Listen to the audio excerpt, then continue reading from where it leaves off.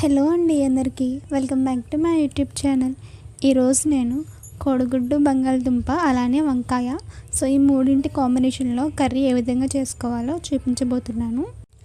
Video అంతా కూడా పూర్తిగా చూడండి. మనం అయితే ఇప్పుడు స్టార్ట్ చేసేద్దాము. ముందుగా మనం గ్యాస్ ఆన్ చేసుకొని ఒక మూకుడు పెట్టేసుకొని దాంట్లో ఆయిల్ వేసుకున్నాము. అది కాస్త హీట్ అయిన తర్వాత దాంట్లోకి కాస్తంత పసుపు అనేది వేసుకోవాలి. పసుపు కూడా వేసుకున్నాక దీంట్లోకి మనం ముందుగానే ఉడకబెట్టుకున్న గుడ్లు ఏవైతే ఉన్నాయో అవన్నీ కూడా దీంట్లోకి వేసేసుకోవాలి. ఉడకబెట్టి తొక్కలు తీసేసుకున్న గుడ్లు వేసేసుకోవాలి. వేసేసుకొని కొంచెం గోల్డెన్ కలర్ వచ్చేంత వరకు ఫ్రై చేసుకోవాలి. అలానే కాస్తంత కారం కూడా వేసుకుందాము. కారం అనేది ఆప్షనల్ అండి, కావాలంటే వేసుకోవచ్చు లేదంటే లేదు. అలాగా చక్కగా గోల్డెన్ కలర్ వచ్చేంత వరకు వేయించుకొని ఒక ప్లేట్లోకి తీసేసుకోవాలి.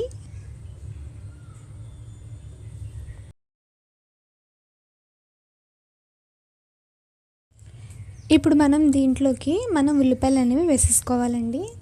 ఉల్లిపాయలు చిన్న చిన్నగా కట్ చేసి పెట్టేసుకోవాలి ముందుగానే. అలానే ఒక 3-4 పచ్చిమిర్చి ఇంకా ఒక టమాటా తీసుకున్నాం మనం. సేమ్ దాంట్లోకి ఆముకూడలోనే మనం ఉల్లిపాయలు, టమాటా, పచ్చిమిర్చి ఇవన్నీ కూడా వేసేసుకుందాము.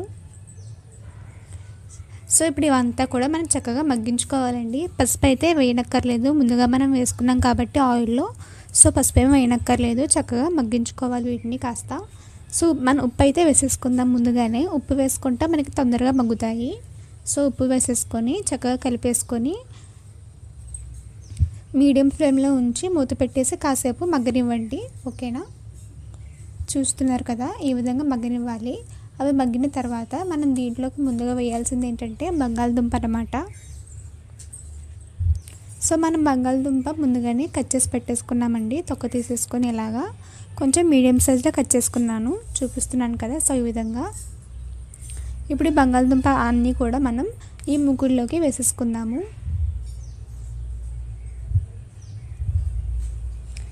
బంగాళదుంపలు కూడా వేసేసుకొని అంతా కూడా చక్కగా కలిపేసుకుందాం. ఇప్పుడు దీన్ని మీడియం ఫ్లేమ్లో ఉంచేసి మూత పెట్టేసి కాసేపు ఒక 2-3 నిమిషాల పాటు అలా వదిలేయండి.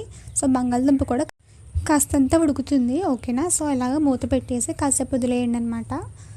దాని తర్వాత మనం దీంట్లోకి వంకాయ ముక్కలు వేసేసుకోవాలి.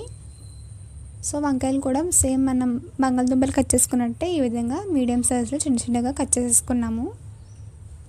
వంకాయ ముక్కలు కూడా వేసేసుకొని ఇలాగ చక్కగా కలిపేసుకోవాలి. వంకాయ ముక్కలు వేసుకున్న తర్వాత కాసేపు దాన్ని అలా వదిలేయాలండి, అవి కాస్త మగ్గుతూ ఉంటాయి. దాని తర్వాత మనం దీంట్లోకి కారం అనేది వేసేసుకోవాలి. మీరు ఎంత తినగలిగితే అంత చూసుకొని కారం అనేది వేసేసుకోవాలి. ఇలాగా కారం కూడా వేసేసుకొని అంతా ఒకసారి ఇలా కలిపేసుకుందాము.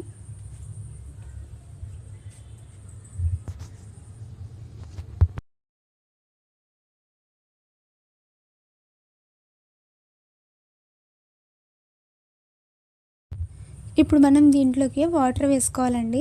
కారం వేసుకొని కలుపుకున్న తర్వాత దీంట్లోకి తగినంత వాటర్ అనేది వేసేసుకోవాలి. ఒక 2 గ్లాసుల వరకు వాటర్ అయితే వేసుకున్నాను నేను. వాటర్ వేసేసుకొని అంతా కూడా చక్కగా కలిపేసుకోవాలి.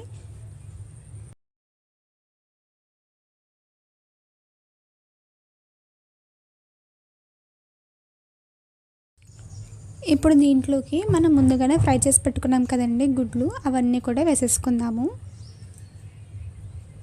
ఇలాగ గుడ్లు కూడా వేసేసుకొని అంతా ఒకసారి మళ్ళీ కలుపుకొని ఉప్పు, కారం అంతా సరిపోయిందా లేదా అని చూసుకోండి. ఏది తక్కువైనా సరే ఇప్పుడు వేసుకోవచ్చు. ఇప్పుడు మనం దీన్ని మీడియం టు హై ఫ్లేమ్లో ఉంచి మూత పెట్టేసి చక్కగా అంతా కూడా ఉడికించుకోవాలి. మనకి అది ఎగిరేంత వరకు మనం వెయిట్ చేయాలండి. చక్కగా అంతా కూడా దగ్గర పడుతూ ఉంటుంది కర్రీ అనేది. ఇలాగ చక్కగా మనం ఎగిరించుకోవాలి కర్రీ అనేది. ఫైనల్గా మనకి ఇలా అవుతుంది అనమాట. మనకి ఈ మాత్రం ఉంటే సరిపోతుంది, కలుపుకోవడానికి కూడా ఉండాలి కాబట్టి. ఇంకా ఇప్పుడు మనం దీని మీద కొత్తిమీర అనేది వేసేసుకుందామండి కర్రీలోకి. ఫైనల్గా కొత్తిమీర వేసేసుకొని గ్యాస్ కట్టేసుకోవడం అంతేనండి. మనకి కర్రీ అయితే రెడీ అయిపోయింది. చాలా ఈజీగా చేసేసుకోవచ్చు.